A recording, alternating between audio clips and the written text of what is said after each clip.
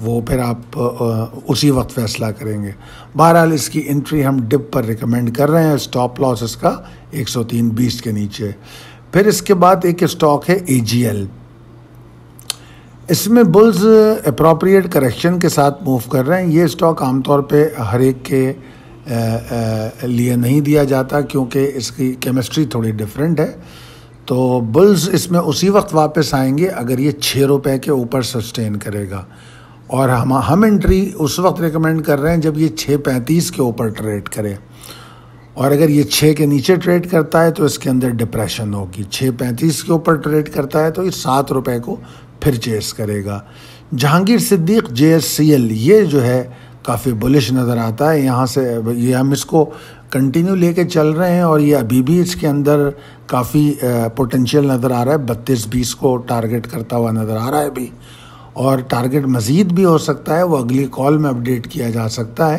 اس وقت اس کا اسٹاپ لاس 29.15 کے نیچے, اور وہ میں چاہوں گا کہ آپ اس کو ٹریل کریں. ٹریلنگ اسٹاپ لاس تو ویسے ہی میں ریکمینڈ کرتا ہوں, مگر جو اب میں نے صورتحال واضح کی آپ کے سامنے, اس کے بعد ٹریلنگ اسٹاپ لاس کو مزید بڑھا دینا چاہیے. آپ کے کئی سوال یہاں پر آتے ہیں کہ میں جو ہے 100 انڈیکس کال میں دونوں آپشن بھی دیتا ہوں. تو اصل میں جو لوگ اس طرح کی ٹریڈ کرتے ہیں دماغ میں ایک چیز بٹھا کے ٹریڈ کرتے ہیں کہ بس مجھے کچھ نہیں دیکھنا, آج مارکیٹ اوپر جائے گی, تو یہ سوچ لیتے ہیں پہلے سے. تو مارکیٹ ہماری سوچ پہ نہیں چلتی. Market is a auction, it reflects human behaviour. بہت سارے لوگ, ہزاروں اور لاکھوں کی تعداد میں لوگ اس میں کام کر رہے ہوتے ہیں, تو ان کے سینٹیمنٹس کو گیج کرنا کئی دفعہ مشکل ہوتا ہے. پھر کچھ ایسی نیوز ہوتی ہیں, کچھ ایسے فنڈامنٹلز ہوتے ہیں جو مارکیٹ کے ٹوٹل ٹرینڈ کو یا سینٹیمنٹ کو تبدیل کر سکتے ہیں. تو ایسی صورت سے نمٹنے کے لیے ہم چاہے مارکیٹ میں بلش ہوں, ہم ہمیشہ اپنے دوسرے آپشن پہ بات ضرور کرتے ہیں کہ دوسری صورت میں ہمارے پاس ایگزٹ کا راستہ کیا ہوگا. یہ ہر انسان کے لیے ضروری ہے, چاہے کوئی بھی کاروبار کرے, اپنا ایک ایگزٹ اسٹریٹجی ضرور بنائے. اگر ایگزٹ اسٹریٹجی نہیں ہوگی تو آپ اوپر مال لے کے پھنس جائیں گے, اور پھر اس کے بعد آپ وہ فریم کرا کے اپنے ڈرائنگ روم میں لگائیں گے وہ شیئرز. کئی شیئرز ایسے ہیں, میں بڑی آسانی سے کہہ سکتا ہوں کہ نیشنل بینک کو میں نے 300 کے اوپر بھی دیکھا ہے, اور اس کے بعد میں کتنا عرصہ ہو گیا نیشنل بینک کو شاید 100 بھی نہیں دیکھ پا رہا میں. تو جن کے پاس 300 والے نیشنل بینک ہیں وہ یقیناً ڈرائنگ روم میں فریم کیے ہوئے رکھے ہوں گے. تو تھوڑی سی عقل کو استعمال کرنے کی ہمیں یہاں ضرورت ہے کہ ہم ٹرینڈ کو فالو کریں گے. یہاں پر ضد نہیں چلتی. ضدی کیفیت جو ہوتی ہے وہ کسی مطلب اسٹاک مارکیٹ ہو, فوریکس ہو یا کموڈیٹیز ہو, ان تمام مارکیٹس کے اندر ضد سے کام نہیں چلے گا. ٹرینڈ کو فرینڈ بنائے. اگر ٹرینڈ تبدیل ہو رہا ہے, اسٹاپ لاس اگر ہٹ ہو رہا ہے, باہر نکل جائیں. چھوٹا لاس لے لیں بجائے اس کے کہ آپ اس کو لے کے بیٹھ جائیں یا بڑا لاس لے لیں. اس وجہ سے ہم آپ کو ہمیشہ دونوں رسک مینجمنٹ کو ساتھ لے کے چلتے ہیں, دونوں آپشن بتاتے ہیں. مجھے امید ہے کہ جو لوگ اس چیز کو نہیں سمجھ پا رہے وہ میرے اس بات سے یقیناً سمجھ لیں گے. خیر آگے چلتے ہیں. JSCL میں آپ نے اسٹاپ لاس کو ٹریل کرنا ہے. 29.15 پہلا اسٹاپ لاس ہے, پھر اس کو اور آگے لے کے جائیں گے. اس کے بعد آ جاتا ہے ہیسکال. ہیسکال بلش ہے, مگر اس کی جو موو ہے تھوڑی سی رسک ہے. اس میں تھوڑا سا رسک ہے. جس طرح JSCL کے اندر بلز میں مومنٹم کا طاقت یا بلز کی طاقت زیادہ ہے, ہیسکال میں رسک کا انوالومنٹ تھوڑا زیادہ ہے, مگر انکریج کیا گیا ہے کہ لانگ جائیں, چاہے یہاں لیں یا نیچے لیں. آپ نے 19.90 کے نیچے اسٹاپ لاس لینا ہے, اور ہم سمجھتے ہیں کہ یہ 23 کو توڑنے کے بعد تیز ہو جائے گا. ٹھیک ہے, اور جب 23 کو توڑ دے گا تو پھر 24.65 اس کا ٹارگٹ ہوگا, اور آگے کی بات آگے ہو سکتی ہے, مگر بہرحال 26.65 تک بھی یہ جا سکتا ہے. اب چلتے ہیں ہم اپنے اگلی سلائیڈ کی طرف, جس میں اٹک سیمنٹ ACPL. اس کے اندر ہم باہر آ چکے ہیں. 183.10 183.75 کا ٹارگٹ دیا گیا تھا, اور میرے خیال میں جمعے یا جمعرات کو, مجھے صحیح یاد نہیں ہے, جمعرات یا جمعے میں سے کسی ایک دن 183 اس نے ہائی بنایا ہے. ہم باہر آ چکے ہیں, اور اب ہم اس کے اندر اگلی اپرچونٹی کا انتظار کریں گے جب بیئرز اس میں ایگزاسٹ کریں گے. ابھی ہم اس میں کوئی انٹری ریکمینڈ نہیں کر رہے.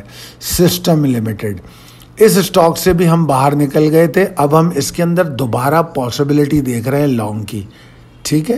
اچھا, یہ لانگ جو ہے ٹریگر بیسڈ لانگ ہے, ایسا نہیں ہے کہ فوری طور پہ لانگ ہمیں نظر آ رہا ہے. 311.55 کے اوپر اگر یہ سسٹین کرے گا تو آپ پھر لانگ کریں گے, اور اس صورت میں پھر یہ 323 تک جانے کی کوشش کرے گا. اور اگر یہ 311.55 307.85 یہ اس پورے ایریا ہے, یہ ایک اگر اس ایریا کے نیچے ٹریڈ کرتا ہے تو انٹری بالکل نہیں لینی, کیونکہ پھر یہ 290.55 کی طرف جائے گا. لکی بولش ضرور ہے, مگر ٹرکی سچویشن اس میں ہے. آپ لانگ صرف 667.20 کے اوپر جائیں گے, اور اگر 660 کے نیچے یہ ٹریڈ کرے گا تو اس میں لمیٹڈ ڈپریسو ایکٹیویٹیز دیکھی جا سکتی ہیں. وہ اسکرپٹ کو میں بیئرز کو ایکٹیویٹ کر سکتی ہیں. ٹھیک ہے نا. اور 654.65 کے نیچے بیئرز ٹوٹلی ایکٹیویٹ ہو جائیں گے. تو وہاں پر ہم چاہتے ہیں کہ آپ لانگ پلان نہ کریں. لانگ آپ صرف 67.20 کے اوپر پلان کریں. اگر ایسا ہو تو اس صورت میں پھر آپ کا ٹارگٹ 682.25 ہوگا. اینگرو کی بات کرتے ہیں. اینگرو جو ہے وہ اپنا اٹموسٹ ٹارگٹ اور اسٹرانگسٹ ریزسٹنس جو اس کی تھی 314.90 315.15 اس کو ٹیسٹ کرنے کے بعد ایگزاسٹ ہوا ہے. تو باوجود اس کے کہ ٹرینڈ بلش ہے, میں اس میں لانگ انکریج یہاں پر نہیں کر رہا. میں چاہتا ہوں کہ ہم لانگ اگر کریں تو 315.15 کے اوپر کریں, ورنہ نہیں کریں. ہم انتظار کریں گے, نیچے ہم ڈپ پر بائی کریں گے جب بیئرز ایگزاسٹ ہوں گے. 315.15 سے پہلے کوئی لانگ نہیں بنتا, اور اگر 315 کے اوپر یہ رکتا ہے تو 318.60 کی طرف جائے گا. میپل لیف اس میں ہم میرے خیال میں 4-5 دن ہو گئے ہیں ہم اس میں سے ایگزٹ لے چکے ہیں 41.55 پہ. اس کے بعد سے جو فالو اپ دیے گئے ہیں اس میں ہمیشہ آپ کو منع کرتا رہا ہوں کہ اس میں ابھی لانگ نہیں کرنا. ابھی بھی میں یہی کہہ رہا ہوں کہ لانگ آن ڈپ کریں گے, اور اگر ابھی 38-35 کے نیچے یہ ٹریڈ کرتا ہے تو یہ 37-45 تک جا سکتا ہے. تو بہتر ہے کہ انتظار کیا جائے, جلدی نہ کی جائے. اگلی سلائڈ پہ چلتے ہیں, اور اب یہاں سے شروع ہوتی ہیں اسٹرانگ بائز. یہ اسٹرانگ بائز وہ ہیں جن میں ہم اچھا پوٹینشیل دیکھتے ہیں, جو آپ کو میڈیم اینڈ لانگ ٹرم میں اچھا پوٹینشیل دے سکتی ہیں. پی پی ایل کے کارپوریٹ اناؤنسمنٹ کی وجہ سے یہ کافی اوپر نیچے ہوا تھا. تو اب اس میں جمعے کے دن 104.55 کا ٹارگٹ تھا, اور یہ ہائی اس نے اس سے اوپر کا بنایا تھا, 104.99 کا تھا میرے خیال میں. تو ہم اس میں سے باہر آ گئے تھے. ہم اپنے ٹارگٹ پہ ایگزٹ کر چکے ہیں, یا ٹریلنگ اسٹاپ لاس پہ ایگزٹ کر چکے ہیں. تو اب میں چاہتا ہوں کہ جو صبر کے ساتھ ٹریڈرز اس میں انٹری لے سکتے ہیں وہ انٹری لیں, بائی بیک کریں اس کو. اگر آپ کو اس کے اندر بیئرز ایگزاسٹ ہوتے نظر آئیں تو یہیں بائی کریں, ورنہ ویسے تو پہلے اس میں پریشر نظر آتا ہے کہ یہ نیچے کی طرف کھلے تو اپنے لوور لیولز پہ ٹارگٹ کر سکتے ہیں. 98-40 تک جانے کی یہ کوشش کر سکتا ہے, اور اگر 98-40 توڑے گا تو 96-85 کی طرف جائے گا. تو یہاں میں آپ کو ساری اس کی بائنگ کرنے کا مشورہ دوں گا, اور پھر ہولڈ کر کے بیٹھنا ہے اس کو. ای فرٹیلائزر, اس کی بھی سچویشن ایسی ہی ہے. ای فرٹیلائزر جو ہے وہ اس کی آغاز اس کا بہت اہم ہے کہ یہ کھلتا کیسے ہے. ٹھیک ہے. اور یہ بھی اگر تیزی میں کھلتا ہے تو پھر تو اس کی بائے آپ اوپر بھی کر سکتے ہیں, مگر جو ٹیکنیکلی ابھی نظر آ رہا ہے اس میں یہ ایسا لگتا ہے کہ یہ ڈپ میں کھلے گا. اس میں پریشر نظر آ رہا ہے, اور ایسا لگ رہا ہے کہ بیئر 60 تک جانے کی کوشش کریں گے. تو میں چاہتا ہوں کہ وہاں کچھ آپ بائی کریں, اور اگر 60 توڑے تو مزید بائی کرنے کی کوشش کریں, اور اس کو بھی آپ ہولڈ کریں. یہ بھی medium and long term traders کے لیے. پاک سوزوکی موٹر, یہ اسٹاک فرائیڈے کو آپ کو دیا گیا تھا, اور اس میں آپ کو خاص طور پہ 242.25 کے اوپر لانگ جانے کی بات کی گئی تھی, اور 250-51 کا ٹارگٹ دیا گیا تھا, اور اس نے 255 کا ہائی بنایا. تو ہم اس میں سے باہر آ چکے ہیں. اب ہم اس کے اندر دوبارہ انٹری لیں گے. اچھا, انٹری جو لیں گے وہ ہم ٹریگر پہ لیں گے, کیونکہ اسٹاک کی کلوزنگ انڈیسیشن میں ہوئی ہے. تو میں چاہتا ہوں کہ اگر یہ 245.15 کے اوپر ٹریڈ سسٹین کرے, رکے, وہاں پر والیومز بنائے تو انٹری لیں, ورنہ مت لیں.